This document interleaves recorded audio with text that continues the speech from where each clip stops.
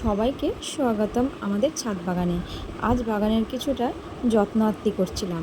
গাছগুলোর ডালপালা ছাঁটাই করার পর প্রচুর শুকনো পাতা আর আজে বাজে গাছ বড় গাছের গোড়ায় জমে গেছিলো। দেখো না, এই কাটা গাছটাও সেখানেই হয়েছিল, দিয়ে অন্যান্য গাছকে মেরে ফেলছিল। সেই গাছে ফুল ফুটছিল, কিন্তু ফুলগুলো তুলতে পারছিলাম না। কিন্তু আসল চমক তো এই গাছগুলোতে। দেখুন তো, থোকায় থোকায় কত সুন্দর তরতাজা ফল ধরেছে। প্রকৃতির এই নিজস্ব রঙগুলো দেখলে সত্যিই মনটা খুব ভালো হয়ে যায়। আর নিজে হাতে যখন গাছের যত্ন করে তারা যখন ভালো ভালো সুন্দর সুন্দর ফল দেয়, তখন তো মনটা যেন আরও ভরে যায়। নিজের খাওয়ার থেকে দেখতেই আনন্দতে মনটা ভরে যায়, আর কাউকে দিতে তো আরও বেশি ভালো লাগে। এবছর মৌসুম্বি হয়েছে অনেকগুলো, প্রায় 20-30খানার মতো হয়েছে। আর তার সাথে পেয়ারা হয়েছে, দেখো প্রচুর পেয়ারা হয়েছে। পেয়ারার ডালগুলো যেন মনে হচ্ছে কাত হয়ে পড়ে যাবে। এর মধ্যে যদি কোনো দিন একটা ঝড় দেয়, তাহলে ঝড় হলে তো আর পেয়ারা গাছকে মনে হচ্ছে রাখা যাবে না। এই গাছের পেয়ারাগুলো বেশ মিষ্টি, কিন্তু সুন্দর গন্ধও আছে।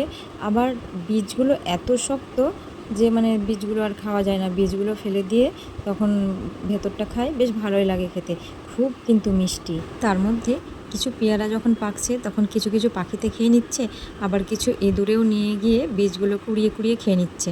আর এইদিকে তো বরমশাই হচ্ছে আমাদের কাটাই ছাঁটাই করতেই ব্যস্ত, কাঁচি নিয়ে সব গাছকে কেটে ফেলছে। আসলে ডালগুলো এত বড় বড় হয়ে গেছিলো যে সামনে চলে আসছিলো, রাস্তায় পড়ছিল, যার জন্য ছোট ছোট করে দিতে বললাম।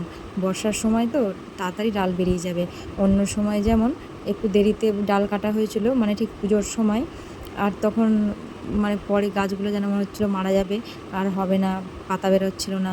অনেক চিন্তা করে তারপরে তখন ডালপালা বেরিয়েছে। তার জন্যই এবছর ভেবে রেখেছিলাম যে না, বর্ষার সময় কাটছাট করে নেব, তাহলে বৃষ্টির জল পড়লে আবার ডালপালাগুলো বেরিয়ে যাবে। আর সব গাছের গোড়ায় এত অপরাজিতা ফুলের গাছ বেরিয়েছে দেখো, দিয়ে সব বড় বড় গাছগুলোর গায়ের ওপরে চেপে গাছগুলোকে মেরে ফেলছিল। তার জন্য অপরাজিতা গাছগুলোকেও তুলে ফেলা হলো। আর এই দিকে রয়েছে সতেজ অ্যালোভেরা গাছ, যা রূপচর্চা আর শরীর দুটোই চাঙ্গা রাখতে দারুণ কাজে দেয়। কিন্তু এই ছাদ বাগানে এমন নিজে হাতে ফল ফলানোর আনন্দ কিন্তু সম্পূর্ণ আলাদা।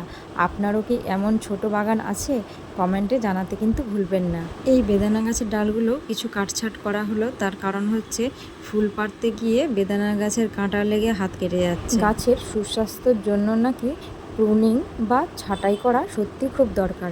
এখন দেখা যাক বরমশাইয়ের এই অপারেশনের পর গাছে কত নতুন নতুন ফুল আর ফল আসে। তারপরে ছাদের কাজ সেরে এসে বাড়িতে স্নান টান সেরে তো খাওয়া দাওয়া করলাম। তার কিছুক্ষণ পরে মেয়েরা এলো, মেয়েদেরকে খাইয়ে দিলাম। তারপরে ওরা পড়তে চলে গেল, আমি রেখে এসেছিলাম পড়তে। তারপরে ভাবলাম যে আমি একটু রেস্ট করব, তো কিন্তু না, গৃহিণীদের কি আর রেস্ট করার সময় আছে? ছাদের কাজ শেষ করে এবার মিশন রান্নাঘর পরিষ্কার।